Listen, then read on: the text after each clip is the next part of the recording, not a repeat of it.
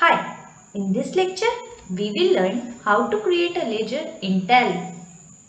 Suppose ABC and Company has started its business with bank balance of Rs 50,000. To create ledger, first go to Gateway of Tally and select Accounts Info. Then select Ledgers and then select Create option under Single Ledger. Then under the name field, enter the name of the ledger as ABC Capital Account.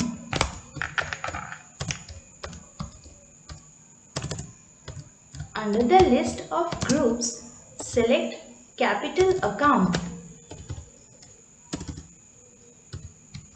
Then set inventory values are affected to no.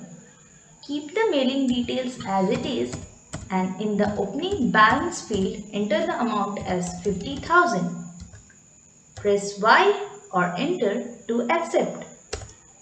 Now we will create a bank account ledger. First, enter the name of bank in the name field. Under the list of groups, select bank account. Enter the bank account details as required and check the configuration. Enter the mailing details of the bank. In the opening balance field, enter the amount as 50,000.